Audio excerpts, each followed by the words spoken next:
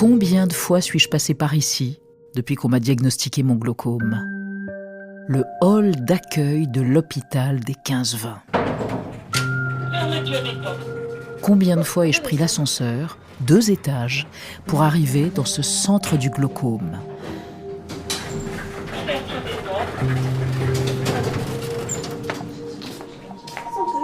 Centre du glaucome, toujours fléché tout droit.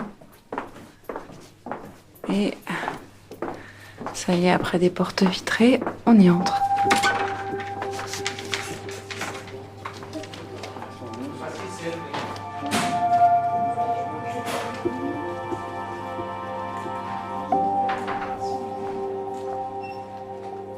Ici, le nerf optique est analysé sous toutes ses coutures afin de comprendre son évolution. Dans des bureaux en enfilade, à l'abri de la lumière pour ménager les yeux des patients.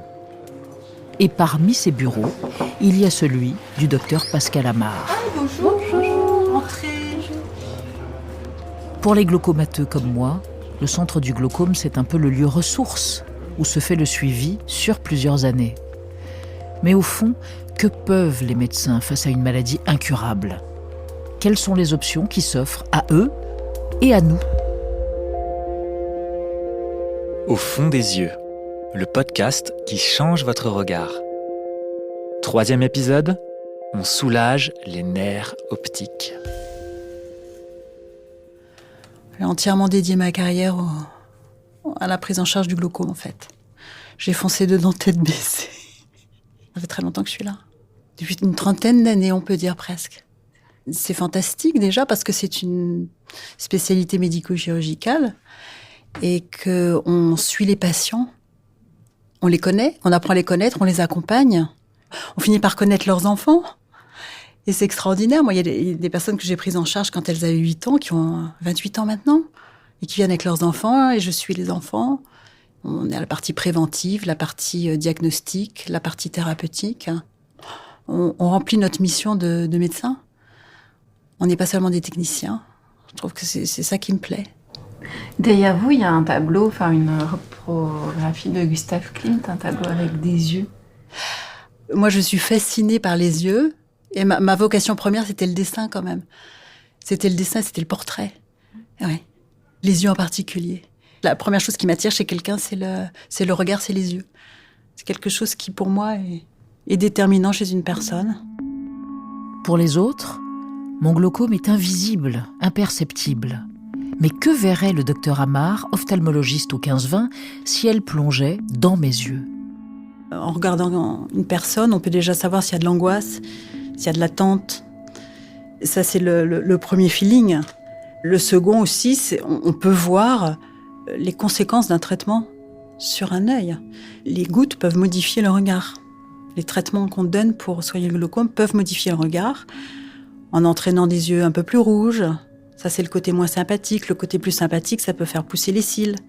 Le côté moins sympathique, c'est que ça peut entraîner des cernes aussi au niveau des yeux.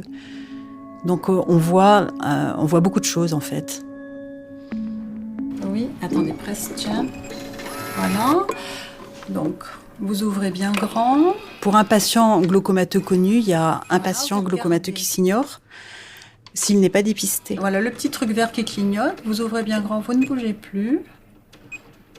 C'est tout le problème, en fait, du glaucome, c'est que la tension, le plus souvent, monte doucement. Et quand elle monte doucement, on ne sent pas. Voilà, c'est parfait. Très bonne tension. Les seules fois où la tension peut entraîner, en fait, des douleurs, c'est lorsqu'il y a une montée brutale de la tension, une crise, par exemple, aiguë de glaucome, avec une forte tension dans l'œil, il va y avoir une mise en tension des tissus, déclencher des douleurs, mais ça, c'est exceptionnel. Voilà, vous pouvez vous reculer. Le glaucome chronique n'entraîne aucun symptôme. Ce qui explique pourquoi il est sous-diagnostiqué, malheureusement. Sur l'échelle des traitements, les collyres viennent en premier lieu pour faire baisser la tension, puis il y a le laser et enfin la chirurgie. Mais il arrive que cet ordre soit modifié. Il y a des personnes, par exemple, qui vont avoir un glaucome mal contrôlé parce que tout simplement, elles mettent mal leurs gouttes. Quand on leur fait mettre devant nous, on se rend compte que souvent, quand ils en mettent 2, il y en a une qui part sur la joue, et l'autre qui va dans l'œil. Oui, il y a beaucoup de gens qui ont des problèmes de préhension, qui ont de l'arthrose, auquel cas la chirurgie peut être tout à fait un moyen de suppléer, si vous voulez, à cette difficulté qui est de mettre un traitement médical au long cours. La gradation du traitement est classiquement de commencer par un collyre, puis plusieurs collyres, et puis on peut associer du laser. Le professeur Christophe Baudouin, chef de service au Centre national d'ophtalmologie de l'hôpital des 15-20 et directeur de l'IHU Forsyth pour la vision. Il y a cependant des études récentes qui ont montré que le laser pouvait être aussi une alternative au collyre d'emblée. Donc c'est un point important à aborder avec son patient lorsque on estime que le risque de glaucome ou l'existence d'un glaucome qui vient d'être diagnostiqué nécessite un traitement. L'alternative aux collyres, qui sont le traitement habituel par le laser, est une option tout à fait intéressante qui souvent ne permet pas d'éliminer les gouttes définitivement, mais peut par exemple permettre de les retarder de quelques années, ce qui n'est pas négligeable, et c'est une discussion à avoir avec le patient.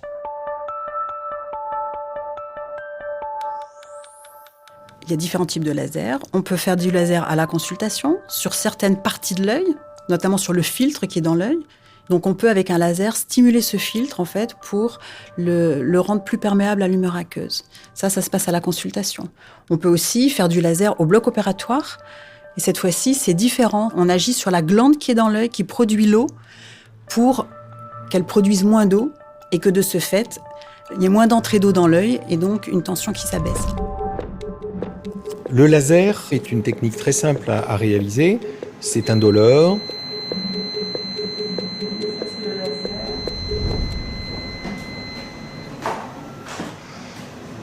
Vous sentez que je touche, mais vous n'avez pas mal, hein ? Non.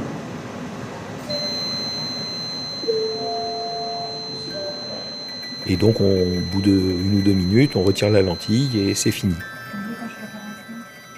On peut être amené à faire plusieurs séances, ça peut arriver qu'on fasse 2 voire 3 séances, mais d'une manière générale, c'est un traitement très léger. Le grand avantage, c'est que c'est un traitement qui est sans risque. Mais c'est un traitement qui n'est pas forcément suffisant. En fait, ça dépend de l'objectif qu'on se fixe. Si on veut supprimer une très forte tension ou supprimer 2 ou 3 familles thérapeutiques de collyres, on n'y arrivera pas avec le simple laser.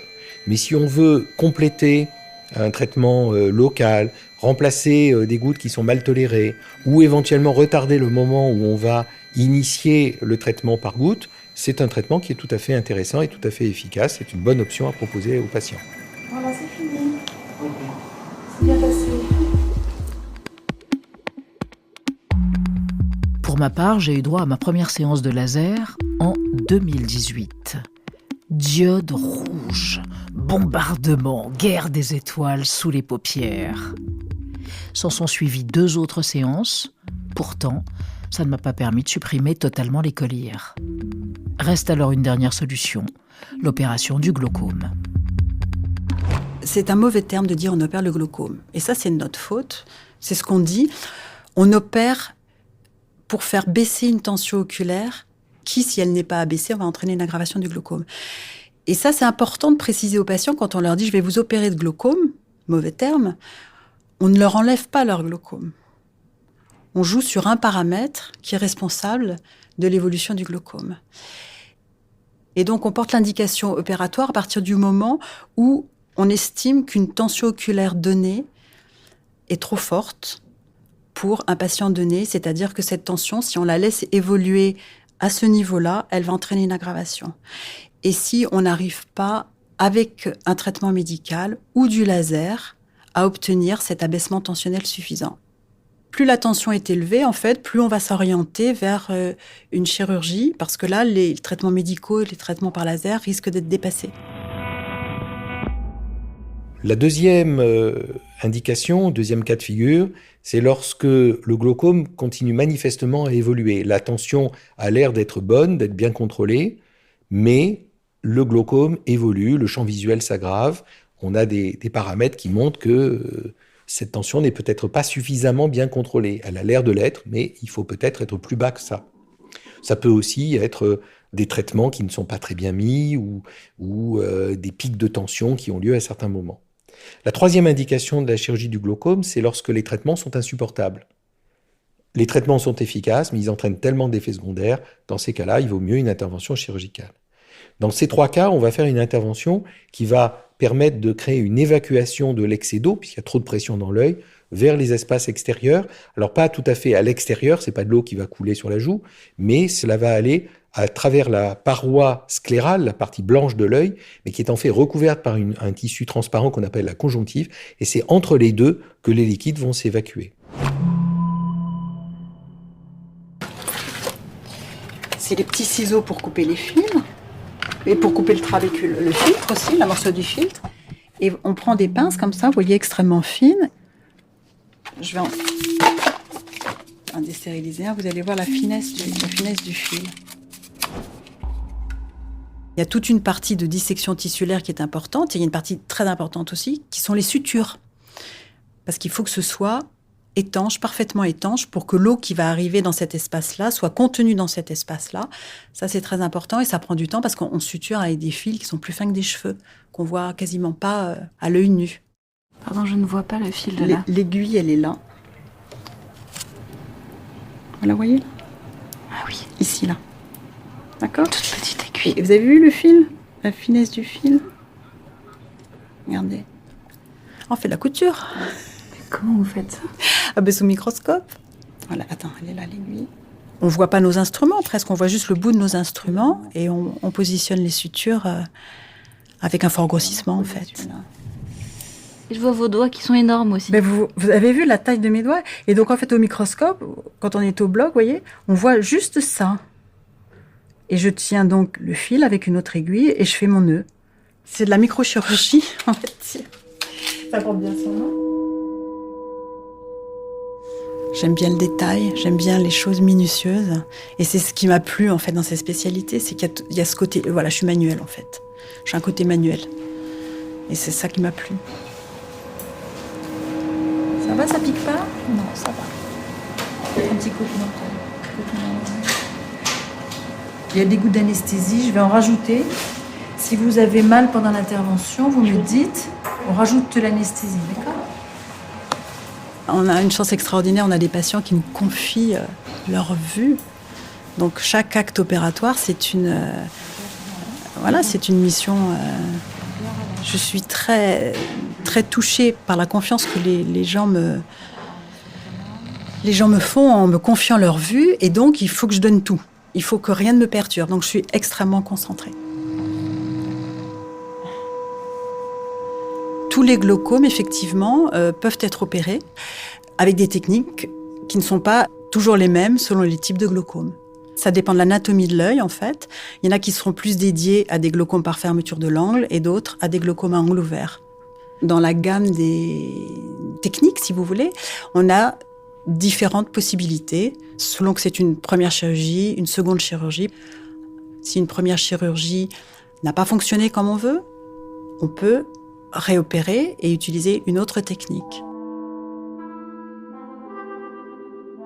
Dans mon cas, la chirurgie est déconseillée, trop risquée. Néanmoins, je m'entraîne à prononcer ces noms poétiques. Trabéculectomie, sclérectomie profonde non perforante. Trabéculectomie, sclérectomie profonde non perforante. Trabéculectomie, sclérectomie profonde non perforante. Trabéculectomie, sclérectomie profonde non perforante. Trabéculectomie. Le trabéculum, c'est un filtre qui est dans l'œil et qui permet donc d'évacuer l'humeur aqueuse, puisqu'il y a un circuit d'eau dans l'œil, production-sortie, et l'eau sort au travers de ce filtre qu'on appelle le trabéculum. Et la trabéculectomie consiste en fait à court-circuiter un petit morceau de ce filtre en le coupant pour faire communiquer deux espaces à l'intérieur et à l'extérieur de l'œil, en fait, pour abaisser la tension intraoculaire. Sclérectomie profonde non perforante. Alors, si on va être totalement précis, on dit avec trabéculectomie externe. Alors, c'est un terme très complexe pour désigner quelque chose, en fait, qui consiste à ne retirer que la partie du filtre qui est malade dans le glaucome. C'est-à-dire qu'on enlève la partie externe et on laisse en place une petite membrane. Gros avantage, c'est qu'on n'ouvre pas l'œil. Dans la trabéculectomie, on coupe un petit morceau du filtre. Dans la sclérectomie profonde, on n'enlève que la partie externe du filtre qui est non fonctionnelle. Moi, je dis à mes patients, je vais détartrer un petit morceau du filtre pour que l'eau passe mieux. Ça, c'est la sclérectomie profonde. Mais ça, c'est indiqué seulement pour les glaucomes à angle ouvert. Et le plus facile à articuler, l'e-stent, microscopique tube que l'on m'a d'ailleurs posé à la faveur d'une opération de la cataracte.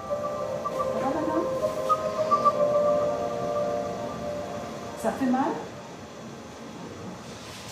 L'e-stent, c'est le plus petit dispositif qui existe, comme les stents cardiaques, qui permettent de maintenir ouvert, en fait, le canal de Schlemm qui va accueillir l'eau. La pose de ces petits stents se fait volontiers au cours d'une chirurgie de la cataracte, parce qu'il ne faut pas oublier que le glaucome, c'est une maladie liée à l'âge, que glaucome et cataracte sont souvent associés, dans 20% des cas, et qu'on peut profiter d'une chirurgie de la cataracte pour faire un geste sur le glaucome. C'est normal que vous sentiez que je touche. J'ai la tétra au cas où.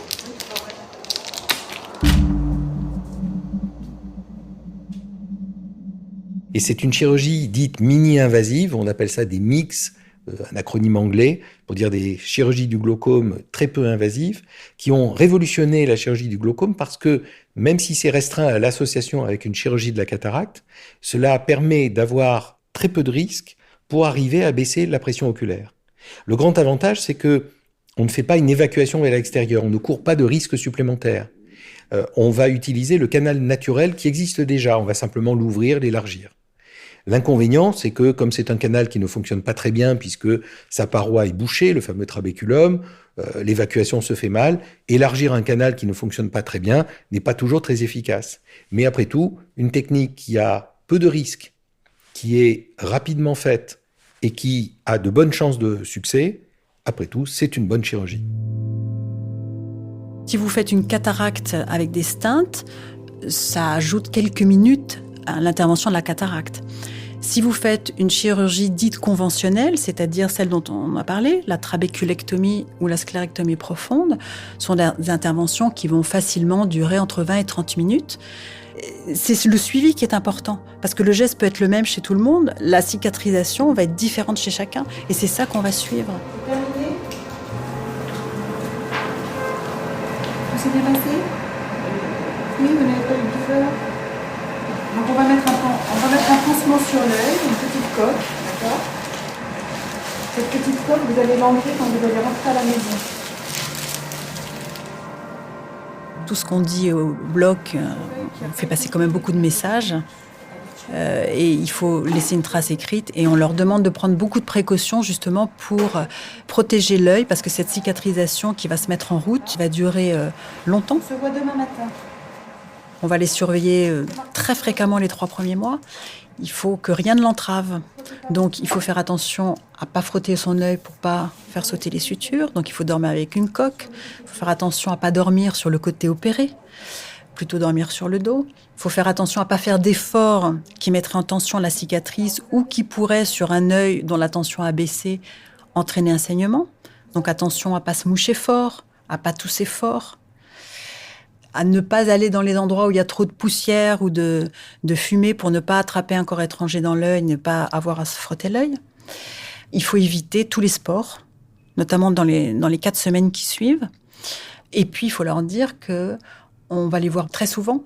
Donc, il ne faut pas qu'ils aillent se reposer en villégiature très loin. Il faut qu'ils puissent venir aux consultations post-opératoires, c'est très important. Donc, nos patients opérés de glaucome, il faut leur dire... Le travail, c'est 50% ce que je vais faire, 50% la façon dont vos tissus vont cicatriser.